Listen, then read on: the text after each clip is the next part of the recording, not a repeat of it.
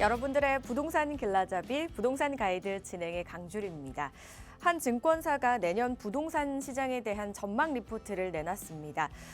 내년 부동산 시장은 대체로 강보 합세를 보이면서 상승과 하락 지역이 엇갈리는 차별화, 국제화 국면이 좀 확대될 것이라고 전망을 했는데요. 부동산 시장의 주요 변수로는 대출 관련한 추가 규제와 또 기준금리 방향성을 꼽았습니다.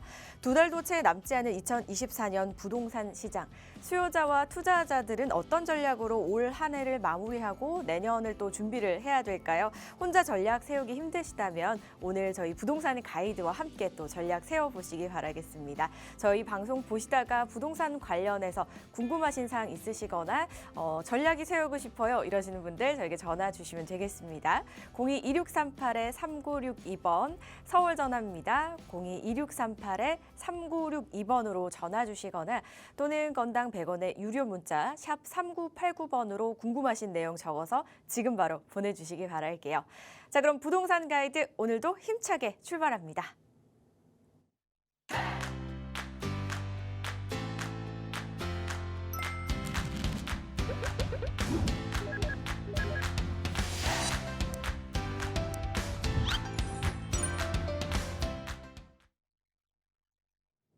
매주 수요일 저희 부동산 가이드 투자 길잡이가 되어주시는 분이죠.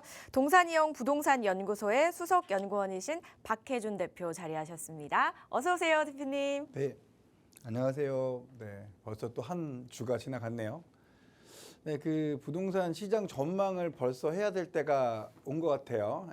2025년 과연 부동산 우리는 어떻게 응해야 되는지 이런 방향에 대해서 여러분들이 스스로 한번 생각해 보는 건 어떨까 싶네요.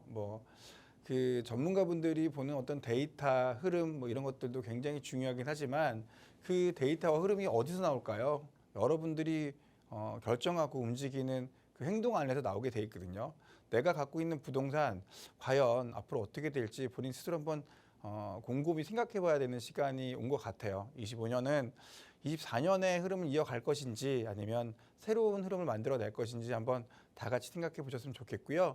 이런 게 좀 어렵다라는 분들을 위해서 저희가 이런 방송을 하고 있으니까 저희 항상 그 목요일입니다. 목요일마다 저희가 이제 세미나를 하니까 오시면 그런 궁금증 완벽하게 해결해 드리도록 하겠습니다. 또는 이렇게 세미나를 못 오시는 분들은 이렇게 방송에 전화 주시면 가벼운 이야기든 무거운 이야기든 고민 해결해 드릴 테니까 상담 전화 주시면 될 것 같네요. 네. 네, 대표님께서 방금 굉장히 친절하게 또 설명을 잘 해주셨는데요. 저희 세미나 이야기는 조금 더 자세하게 한 번 더 설명 들어보겠습니다, 대표님. 네, 저희 그 회사에서 항상 목요일이면 그 세미나를 하고 있습니다. 이번 주 세미나도 저희가 1부, 2부 나누어서 하는데요. 첫 번째 시간은 꼭 잡아야 할 강남 또는 용산, 한강변 재개발에 대한 이야기를 좀 드릴 것 같고요. 두 번째는 무주택자 또는 1주택자, 다주택자, 이 각자 갖고 있는 그 집수가 다르잖아요. 이런 분들이 앞으로 어떻게 향후 시장에 대응해야 될지에 대한 이야기를 두 번째 시간에도 드릴 거니까요. 아주 유용한 정보가 준비되어 있습니다. 많이들 오셔가지고 재미있게 이야기 듣고 가셨으면 좋겠네요. 실수요자 측면에서도 궁금하신 사항이나 이렇게 또 도움되는 정보들이 많이 있을 수 있으니까요. 많은 분들 참석해 보시기 바라고요. 궁금하신 사항은요. 저희 화면을 통해 나가고 있는 번호와 문자로 문의 주시면 되고요. 방송 중에 상담 원하시는 분들도 지금 아래 나가고 있는 번호 보이시죠? 02-2638-3962번과 샵 3989번으로 많은 연락 주시기 바랄게요. 저희는 살짝 말씀 나누는 동안 또 전화 대기하고 있다고 해서 바로 연결해 보도록 할게요. 여보세요. 네, 안녕하세요. 네, 반갑습니다. 네, 네, 어떤 점이 궁금하실까요? 제가 지금은 조금 무주택이고요. 네, 투자금을 27억 정도 가지고 있는데, 네, 강남 쪽에 아파트 개투자를 좀 하고 싶은데요. 예, 어,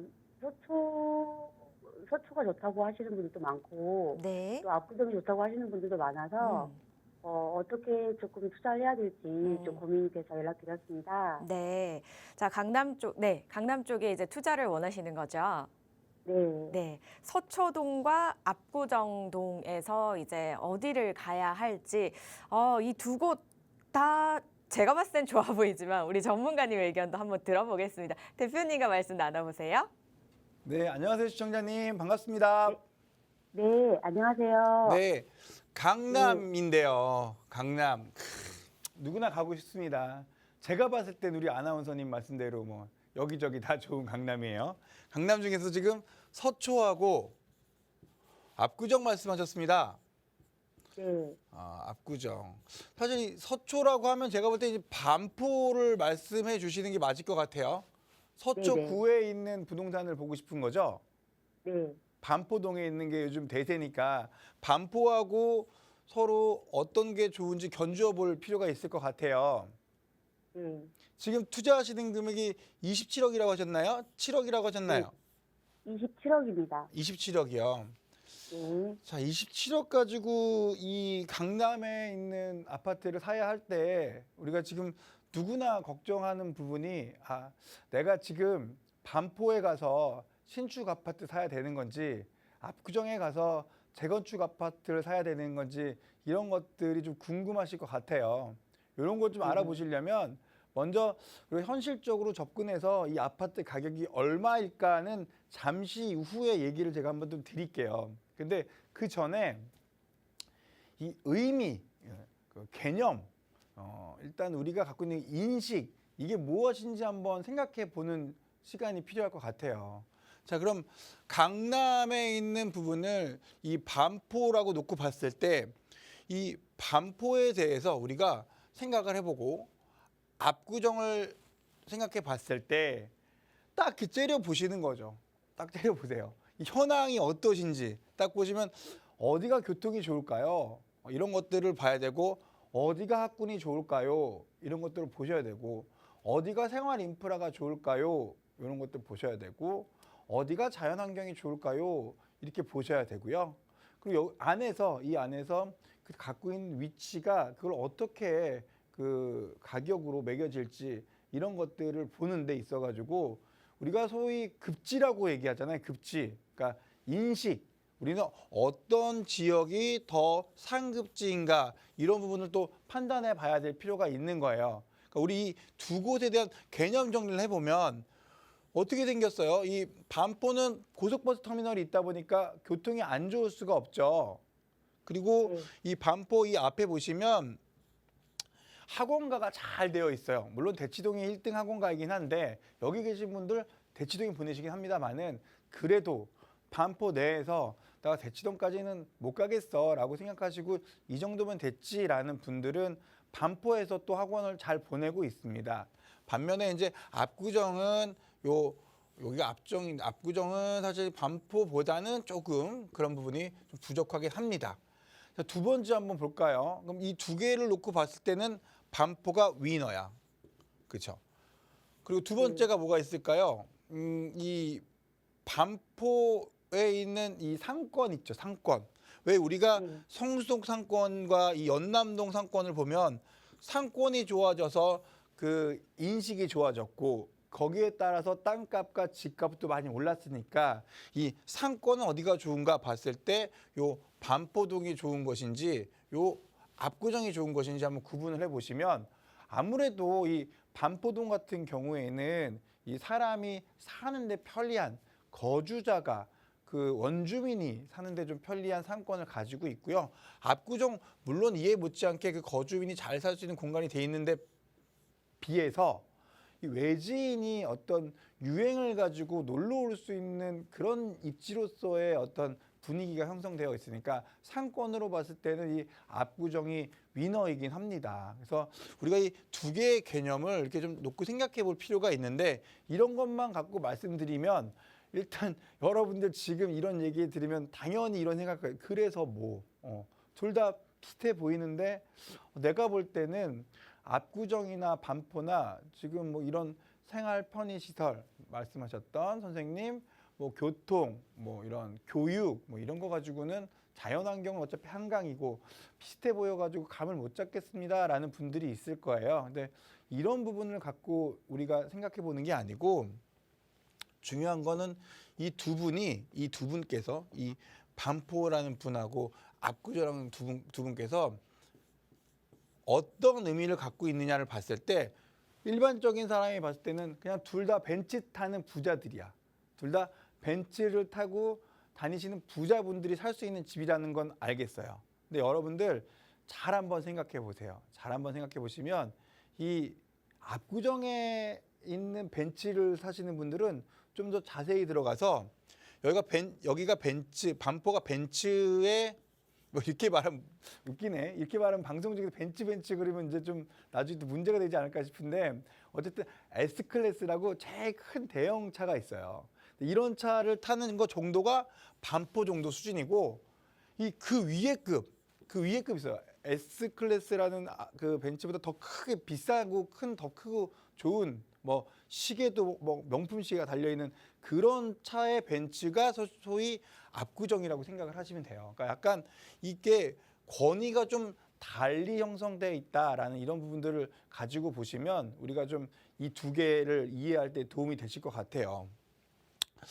그 부자들이 살 수 있는 아파트가 사실 서울에 많지는 않아요. 서울에 사실 이제 100억, 200억 뭐 이렇게 돈을 주고 살 수 있을 만한 서울의 아파트가 거의 10개 내외면 충분합니다. 청담 에테르노라든지 뭐 PH129라든지 자하카르치라든지 이런 부자 아파트들, 뭐 나인원 한남이라든지 이런 한남 더힐. 그래서 100억에서 200억을 주고 살 수 있는 아파트가 서울시에 이렇게 많진 않아요.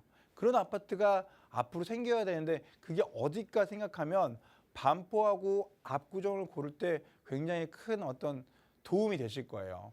실질적으로 보시면 물론 이 반포에도 대형 평형대는 100억, 200억 합니다만은 일단 우리가 이 국민 평형대를 놓고 우리가 비교를 했을 때 이 반포의 아파트가 현재 60억짜리가 있고 50억짜리가 있어요. 이거는 저희가 이제 30평형대 그 기준으로 85제곱미터 전용 평수를 가지고 말씀드리는 거고, 이 압구정은 어떤 정도 수준일까요? 라고 이제 물어보신다면 여기는 지금 36억대에서 40억대에 제일 싼 아파트를 지금 사실 수가 있는 상황이에요. 얼마 전에도 저희가 압구정에 그 손님이 있으셔가지고 좀 물건을 좀 뒤지고 찾고 했는데 그때 있는 물건들이 거의 지금 그대로 좀 유지가 되고 있습니다. 뭐 부동산 시장 아파트 거래량이 많다고 했는데 신기한 거는 그대로 있는 물건이 가격이 빠졌느냐? 또 그렇지도 않아요. 그러니까 물건은 그대로 있으면은 물건이 그대로 있으면 좀 가격이 빠져야 되는데 그렇지 않은 상황으로 압구정은 그대로 가고 있다는 얘기는 결국은 부자들이 갖고 있는 아파트라서 가격이 폭락은 하고 있지 않다라는 부분을 일단 좀 알고 넘어갔으면 좋겠고, 여기서 살 수 있는 가격대가 한 36억대에 있는 압구정 아파트가 영동 한양이라고 있어요. 네. 요 영동 한양 같은 경우가 지금 시청자님이 27억 있다고 하셨죠? 네네. 27억 갖고 살만하실 거예요. 왜냐하면 이 친구가 이 얘기를 좀 이해하셨는지 모르겠지만 반포보다는 앞으로 압구정이 좀 더 나아질 확률이 높다라고 제가 일단 말씀을 드린 거예요. 우리가 볼 때 일반인이 볼 때는 반포나 압구정이나라고 생각을 하지만 이미 우리가 가격대를 봤을 때도 압구정이 훨씬 더 큰 가치를 갖고 있다는 거 개념을 정리하셨으면 좋겠고, 그 개념 정리 반포 압구정 조금 더 나가서 얘기해 드린다면 우리가 보는 입장 말고 나라가 보는 입장은 어떤가 한번 생각을 한번 해보셔야 되는데, 나라가 보는 입장에서도 반포하고 압구정 완전히 다르게 보고 있어요. 그러니까 있잖아요. 이렇게 이 반포에 우리가 그 부자들이 사는 주공 아파트를 바꿔갖고 주거 환경이 좋은 어떤 공간, 도시를 만들었는데 이 압구정은 어떤 상태냐면 도쿄, 런던, 뉴욕, 시드니 이런 도시와 견줄 수 있는 경쟁력 있는 도시의 상징, 랜드마크를 압구정으로 만들자고 서울시에서도 이야기하고 있는 상황이라는 걸 아신다면 저는 압구정으로 선택을 해야 된다라고 간단하게 말씀을 드릴 수 있어서 제가 방금 그 영동 한양 아파트를 말씀드리게 된 거예요. 36억짜리에서 40억 정도 하는 영동 한양 아파트를 봐야 된다. 27억 가지고 어떻게 살 수 있느냐라고 보시면 일반적으로 여기 사시는 지금 연소득이 얼마 정도 되세요? 1억이 조금 더 됩니다. 1억이요. 네. 1억 정도면 저희가 한 8억 정도까지는 대출이 나와요. 8억 정도 대출이 나오니까 이게 지금 27억 더하기 8억 하면 숫자 계산하실 줄 아시죠? 35억 정도 되니까 요 정도면 대출금을 가지고 요 36억짜리 조금 깎아가지고 살 수 있을 것 같아요. 제가 볼 때 한 34억 정도까지 좀 깎아서 한 뭐 1억은 세금 쓰시고 하시는 게 낫지 않을까라는 생각이 들고요. 요렇게 가져가시면 리모델링 좀 해가지고 살 수 있는 방법이 있을 것이고 쭉 살 거면 그렇지 않으면 요거 사놓고 2년 여기 이거 살 때 좀 주의해야 될 게 있죠. 뭐냐면 네. 압구정 살 때 주의해야 될 점 1번 뭐 있어요? 분양 자격이 있는가 보셔야 돼요. 이걸 아파트가 샀는데 현금 청산되고 아파트 못 받는다 그러면 안 되니까 이 자격이 확실한지 한번 또 검토를 해보실 필요가 있고 여기 토지거래 허가니까 여기 이제 2년 거주를 하셔야 되고요. 네. 그다음에 세 번째가 대출이 얼마나 나오나 보셔야 돼요. 그래서 1, 2, 3번을 점검해보고 이 압구정 거를 사시면 된다라고 결론을 내드리면 좀 이해가 쉽죠? 네네. 네. 그런데 이제 제가 볼 때는 이렇게 가치 투자만 갖고 압구정 사세요 이렇게 말씀하시는 분들 저는 좀 마음에 안 드는 것 같아요. 제가 좀 깊게 좀 다뤄드리는 거를 좋아하다 보니까 내가 시청자님이라면 이런 상황에서 어떤 고민을 할까라고 이제 얘기를 먼저 해드리고 시작을 할게요. 이렇게 끝나면 안 돼요. 이렇게 끝나면 우리가 물론 이렇게 장기적인 관점에서는 이 판단이 맞고 이러려면 20년 이상 내가 투자하겠다라면 이게 맞는 결정이에요. 하지만 제가 5년, 10년 보고 투자하지 20년 이렇게 멀리 보고 투자하는 게 아니라면 저는 다른 판단도 해보셔야 된다고 생각합니다. 최소한 우리가 부동산 투자를 할 때 한 7년 정도는 하잖아요. 그럼 일단 기본 개념을 좀 정리를 해놓으시고 판단을 해보자고요. 내가 이 27억을 가지고 그 강남에서 아파트를 살 때 저는 압구정 가는 게 좋습니다라고 했지만 과연 이게 맞는지 점검을 해보셔야 돼요. 27억을 가지고 저는 한 7년은 투자해야 되겠어요 라고 생각을 하는 거죠. 그럼 요거를 투자할 때 우리가 가장 중요한 거는 공동주택 평균 상승률이라는 게 있어요. 서울의 강남에 있습니다. 강남에 있는 아파트들이 40년 동안 1년에 몇 프로씩 오르는 게 정상적인 범위냐면 6.8% 정도 돼요. 그럼 저는 여기를 어떻게 나눌 거냐면 강남의 압구정은 1등이니까 1등 중에 1등 투뿔이니까 투뿔이니까 얘는 7% 정도의 수익률을 주면 될 것 같고요. 1년에. 두 번째는 반포예요. 반포에 뭐 아크로 리버파크라든지 원베일리라든지 뭐 이런 것들 있죠. 이런 거 한 6.5% 정도 주시면 될 것 같아요. 그리고 이 강남에서는 지금 압구정 말고 눈여겨보는 곳을 반포라고 했을 때 반포에도 이제 변두리가 있어요. 반포 변두리 한 6% 정도 이제 가격을 주고 상승률을 주고 우리가 이걸 좀 평가해 봐야 될 이유가 있습니다. 이해 가시나요? 네. 그러면 보고 싶은 아파트가 무엇일까요? 라고 분명히 이제 사람들한테 물어보겠죠, 제가. 그럼 일단은 저 같으면 이럴 것 같아요. 제가 산다면 27억 가지고 산다면 1번 초이스가 당연히 압구정 영동 현대를 산다 칠게요. 근데 이게 얼마짜리냐를 한번 봐야 될 것 같아요.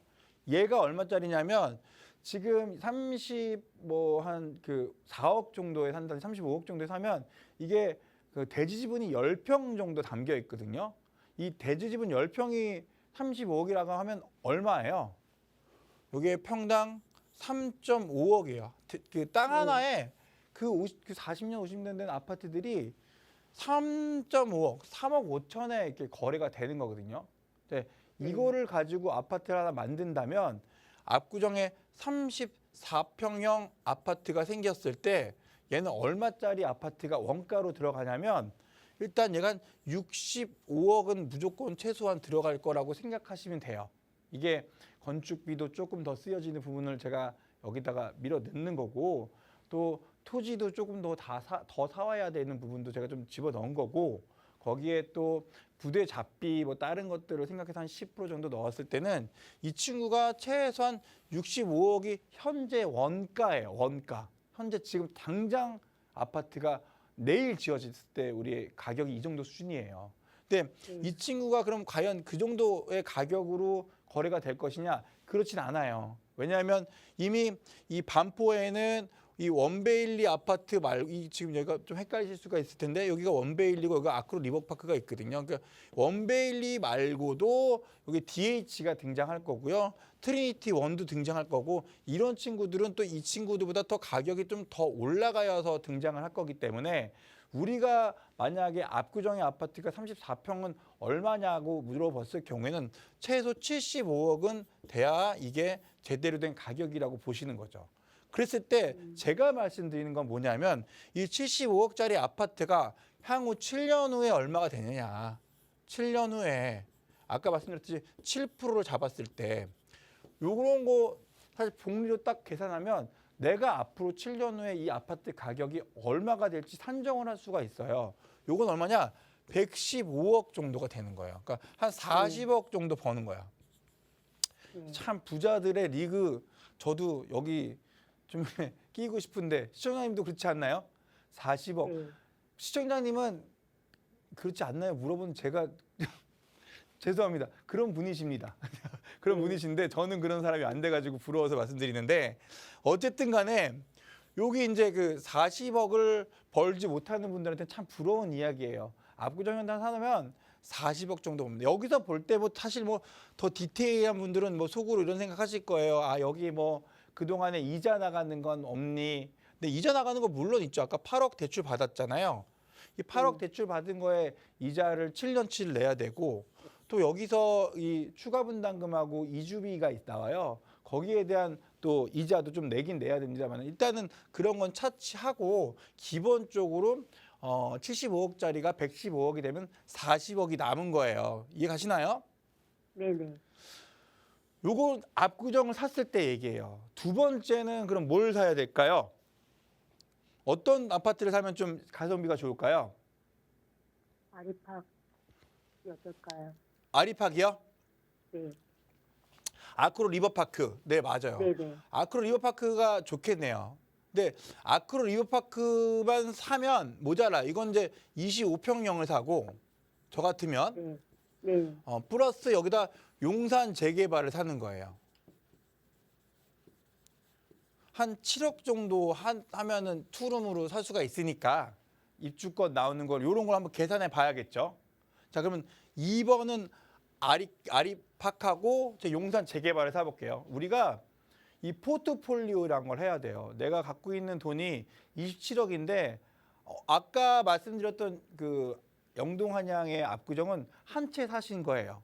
그래서 내가 이거 사놓고 2년 거주한 후에 어디 저기 자연에 가서 공기 좋은 데서 놀고 먹고 세월이 흘려도 아파트값 계속 오를 거고, 또 여기에 대해서 또 우리가 또 나중에 대출 받아갖고 쓸 필요한 거 있으면 대출 받아서 쓰면 되는 거고 하니까 걱정 없이 살 수가 있는데, 중요한 건 이렇게만 했을 때 이게 과연 옳은 선택인가를 제가 지금 체크하고 있는 과정인 거 아시겠죠? 네.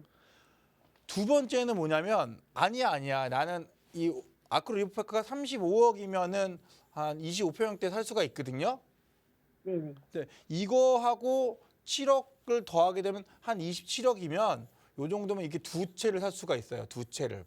이 두 채를 샀을 때 내가 얼마가 남느냐라는 것 같은 걸 좀 계산을 해 보셔야 될 거예요.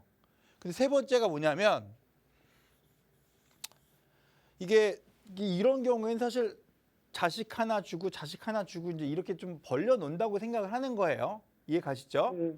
네. 세 번째는 뭐냐면, 여기 여기 반포 그 어디야, 여기 반포 자이 옆에 보면 여기 서밋 있어. 서밋. 네. 반포 IC인데 반포 서밋 아파트 있어요. 네네네.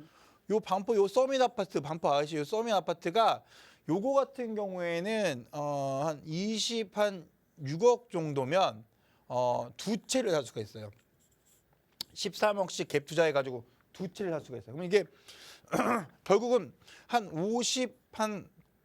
4억짜리 정도 살 수 있는 거잖아요. 27억이시니까 네. 곱하기 나누기 2 하면 50%가 네. 전세가율이라고 했을 때 결국 네. 54억짜리 아파트를 사는데 두 채를 사는 거예요. 두 채를. 네.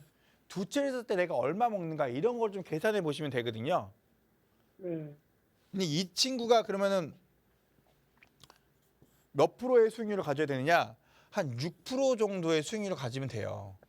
아크로 리버파크는 한 6.5% 정도의 수익률을 가지면 되는 거고요.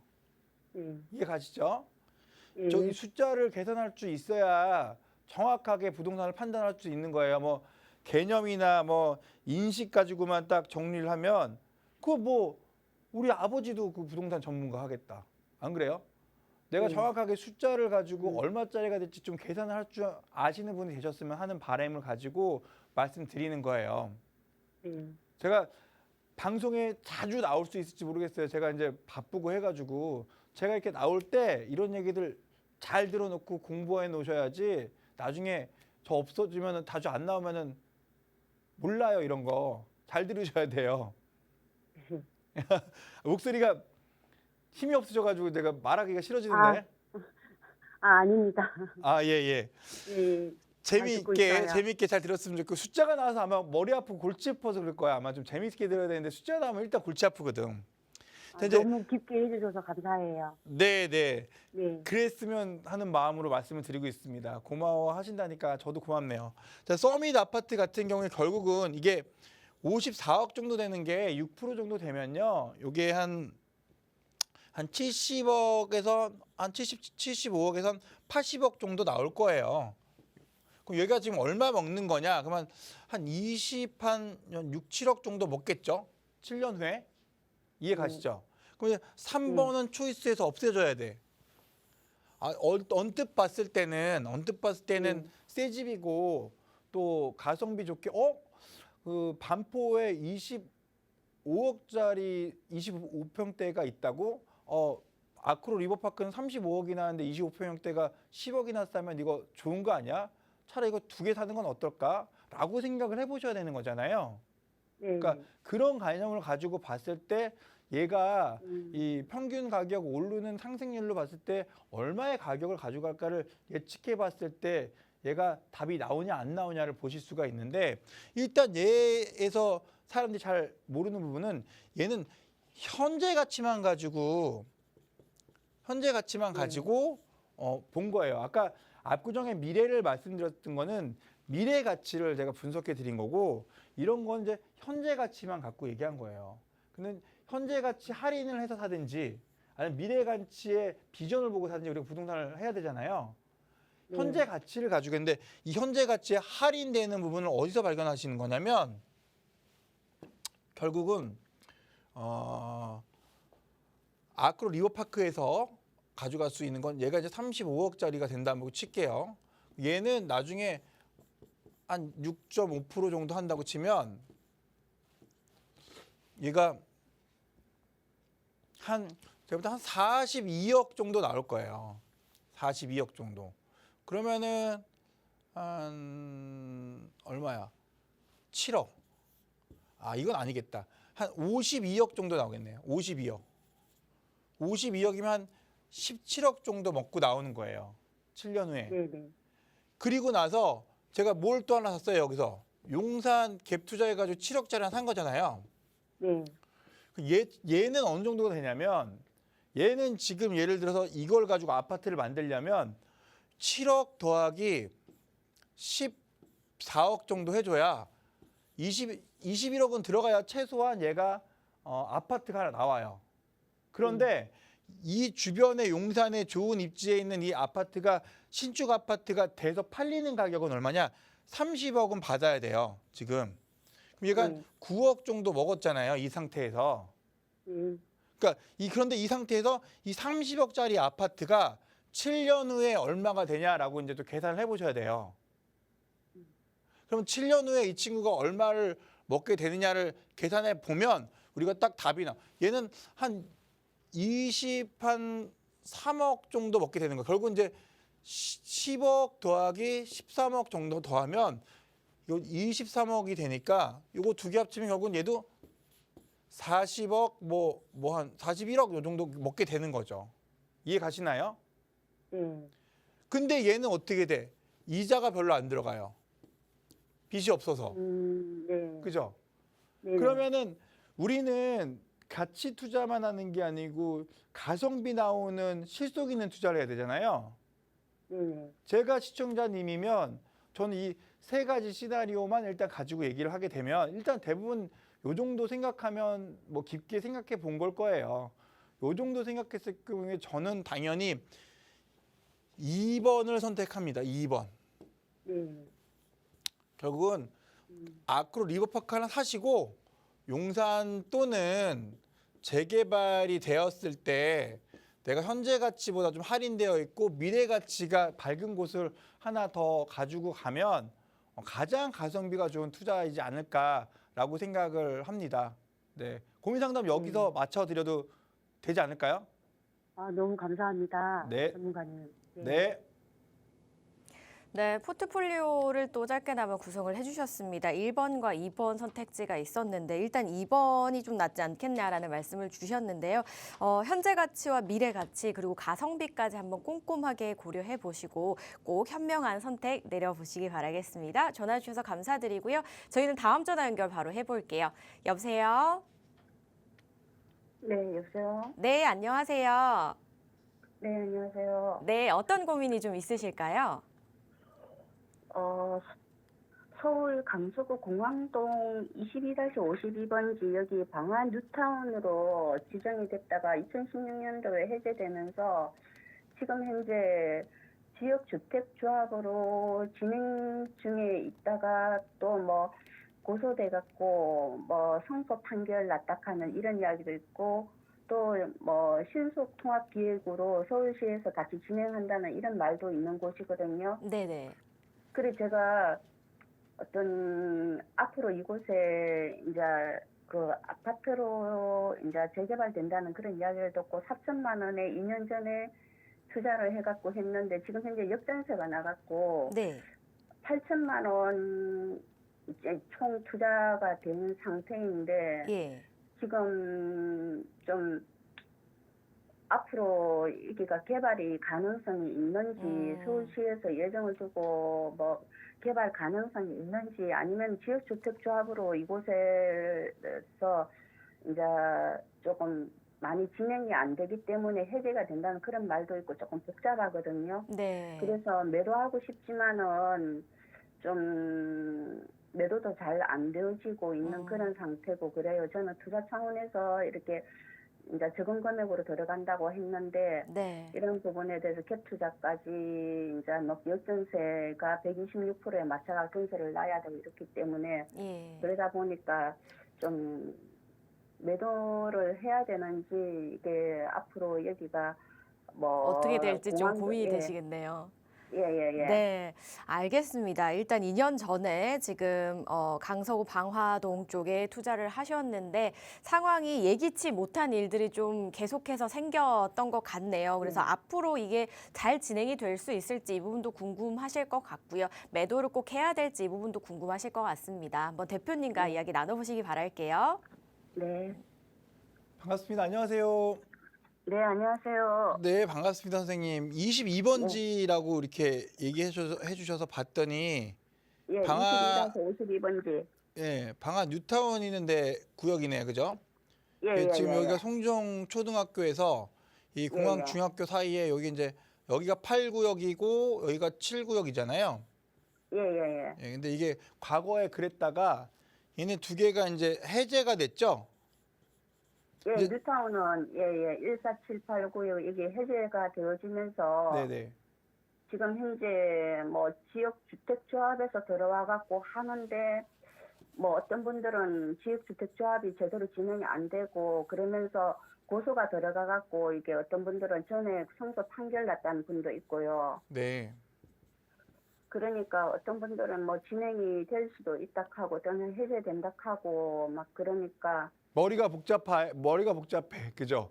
예예예 근데 가격마저 안 올랐고 예예예 거기다가 지금 역전세 나가지고 처음 투자할 때는 4천만 원 가지고 하셨는데 8천만 예. 원 갖고 하셨고 예 4,200만 또 개보를 내줘야 하고 막 지금 가격 그때 사신 가격이 얼마예요?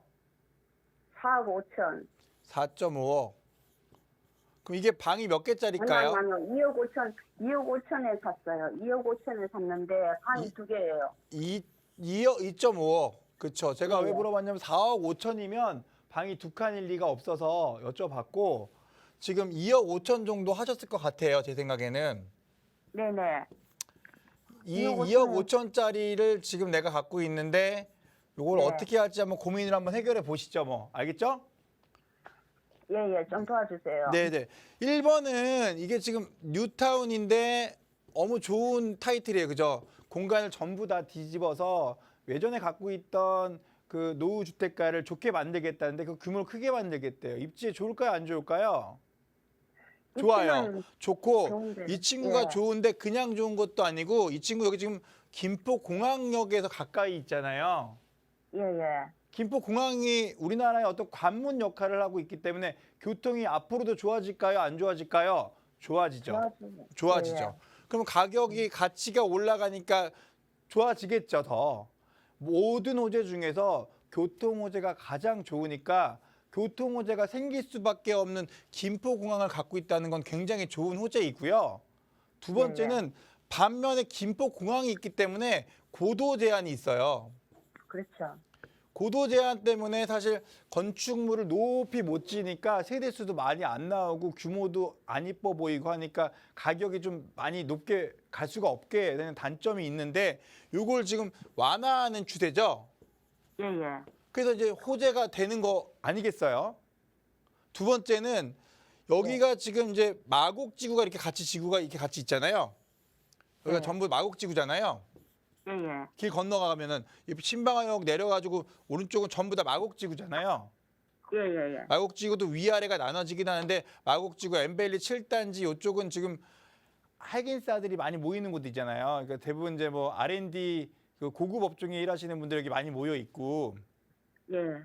근데 이 마곡지구가 있다는 것 자체는 이 방안 뉴타운에 좋을까요, 나쁠까요? 좋아요. 여기도 지금 그렇죠. 일자리가 방금 말씀드렸듯이 고급 일자리가 있기 때문에 굉장히 좋을 수밖에 없죠. 갖고 네. 있는 매물이 좋다 안 좋다? 좋다. 좋다예요. 좋다. 근데 이렇게 말하면 무슨 분양 모델하우스 가면은 우리 아파트 좋으니까 무조건 사세요 이런 얘기잖아요. 그렇게만 받아들이시면 안 되고 좋긴 좋은데 과연 내게 좋은가를 봐야 돼요. 내게 그죠? 그 지역이 좋은 건 알겠는데 내게 좋은가 네. 한번 연구를 한번 해보셨을 경우에 단점은 뭐예요? 지주택이에요. 예. 이 지주택이 갈 수 있는가 봤을 때 지주택이 안 된다는 얘기는 저는 안 해요. 지주택이 갈 수가 있어요. 이게 도시및 주거환경 정비법이라는 도정법, 재개발, 재건축을 관할하고 있는 법으로 가는 게 아니고 지주택은 주택법으로 새로운 아파트를 만들어 보자라는 어떤 취지의 법률이기 때문에 이걸 하면 되는데 얘는 몇 가지 단점이 좀 있어서 얘는 95%를 토지를 확보해야 되고 동의를 받고 또 중간중간에 업무 대행사가 있으면서 다른 조합원들한테 돈을 받아가지고 대행비를 쓰고 나면 돈이 없어져가지고 나중에 일이 진척이 안 되니까 문제가 생기고 하다 보니까 지주택은 안 돼. 뭐 사기꾼이야. 뭐 이렇게 얘기는 하잖아요. 그죠? 예예. 지주택에 대해서 들어본 적 있으시죠? 그럼 문제가 많죠.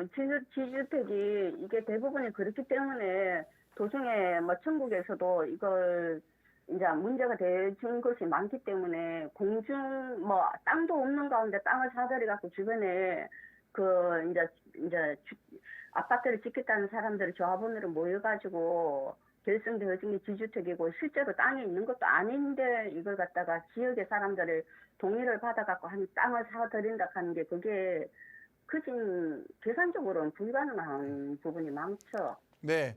그래서 이제 악재는 지주택으로 진행을 하고 있다는 거예요. 사실은 아파트를 만들기 위해서는 도시주거 및 환경정비법에 따라서 사실 뭐 재건축, 왜 방안 뉴타운도 여기 방안 뉴타운도 여기도 이제 재건축으로 가는 데가 있어요.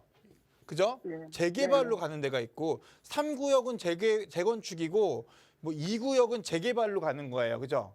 방안 뉴타운도. 4구역 같은 경우는 가로정비 사업으로 가는 거고요. 5구역도 재건축으로 가는 거예요. 그러니까 이렇게 네. 그 구역마다 아파트를 만드는 재건축이냐, 재개발이냐, 가로주택 정비 사업이냐, 이 같은 아파트를 만들고 있는데 그 적용되는 법률과 방법이 다른 것처럼 사실 이 네. 지주택도 아파트를 만드는 법이긴 한데 제일 어려워, 힘들게 가는 법이야. 근데 이걸 왜 하겠어요? 이게 이거요? 다 안 되니까 그래요. 여기서 네. 한 것들이 다 실패했기 때문에 그런 거예요. 이해 다른 가시죠? 법들이 아니 재건축 재개발 이게 다 안 되기 때문에 지주택으로 간다고요? 네, 주로 이제 동의가 안 이루어지고 서로 분쟁이 많기 때문에 주로 여기서 이제 재개발하는 노력을 더 이상 할 수는 없다. 이 동네는 안 되나 보다 하고 포기하고 그 추진하던 애들이 힘이 빠져서 나갔을 때 갑자기 슥 하고 들어오는 게 지주택이에요. 대부분이 그래요. 대부분이 그래서 이것도 보시면 이제 제가 악재를 하나 더 말씀드리면 1번은 지주택인데 어쨌든 안 좋다는 거 아시겠죠? 장점 말씀드렸지만 단점도 말씀드리고 더군다나 지주택 같은 경우에는 사실 소송이 잘 되고 나서도 소송이 왜 이렇게 많아? 왜냐하면 지주택 구조를 또 설명하면 길어지는데 지주택이 뭐 1차, 2차, 3차, 4차 해가지고 시간을 두고 처음에 조합원들한테 말했던 가격보다 계속 올라가면서 그 돈으로 조금 발전시킨 만큼 분양가들이 자꾸 올라가요. 그러면서 이 친구들 내보내고 새로운 사람을 받는데 이때 또 소송이 많이 벌어지고 하는 부분들이 있다 보니까 구조적으로 하여튼 문제가 있어. 근데 중요한 건 얘가 그게 단점이에요. 두 번째는 뭐냐면 이게 들어온 이유랑도 똑같이 맞아떨어지는데 이 7구역이 해제가 되었다는 게 좀 안타까운 거예요. 만약에 해제가 안 되었으면 이 친구 가지고 예를 들면은 아까 재건축이나 재개발로 할 수 있었어요. 어머니 이해 가시죠? 근데 이게 해제가 돼버렸기 때문에 지주택이 들어온 거예요. 예. 이해 가시죠?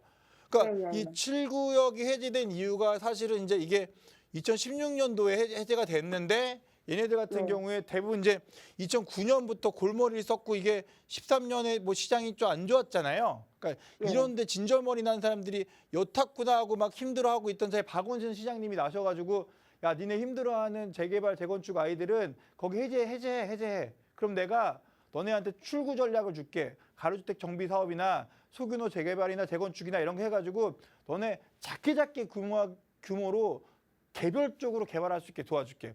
너무 크게 하니까 말도 많고 힘들지. 어떻게 사람을 다 동의하라는 거야. 그치.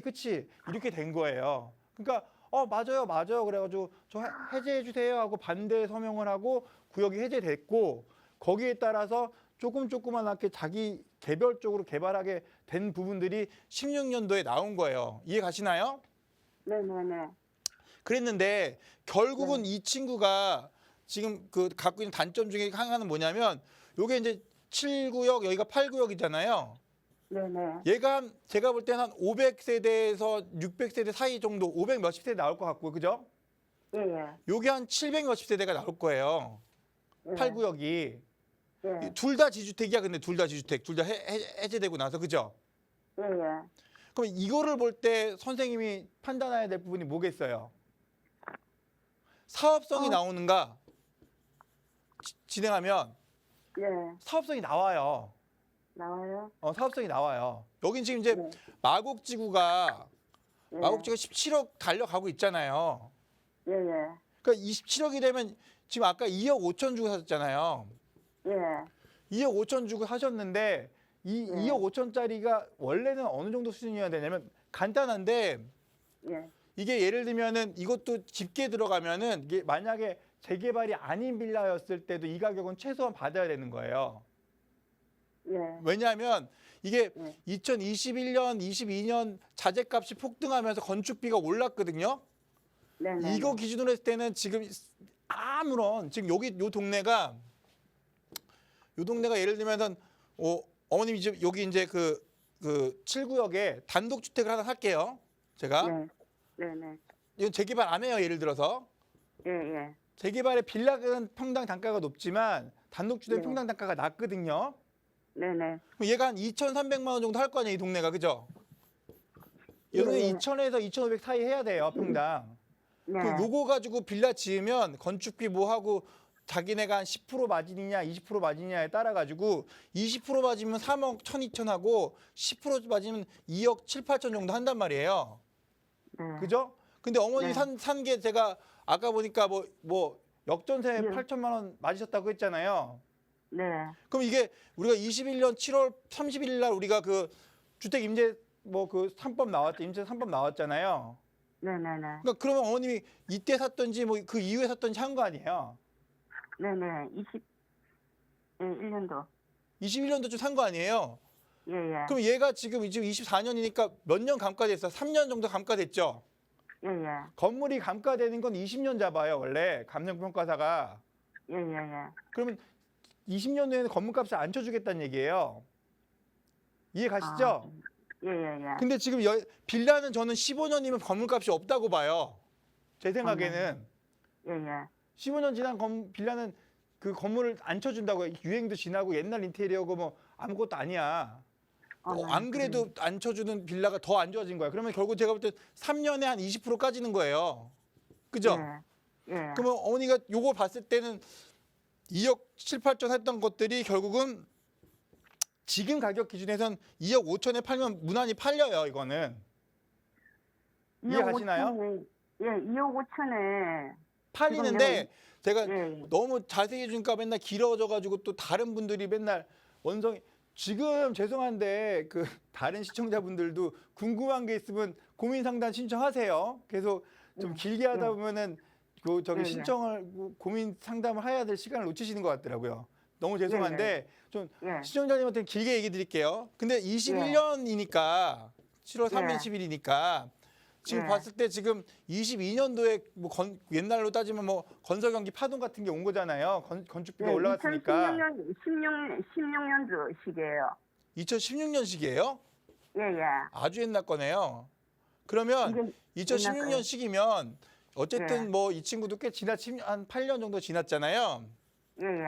그럼 얘는 좀 더 떨어져야지. 왜냐하면 사실 얘 기준에서는 21년도, 22년도 이전에는 한 800만 원 정도면 지었고 지금은 1,000만 원 짓고 있으니까 20% 차이 나거든요.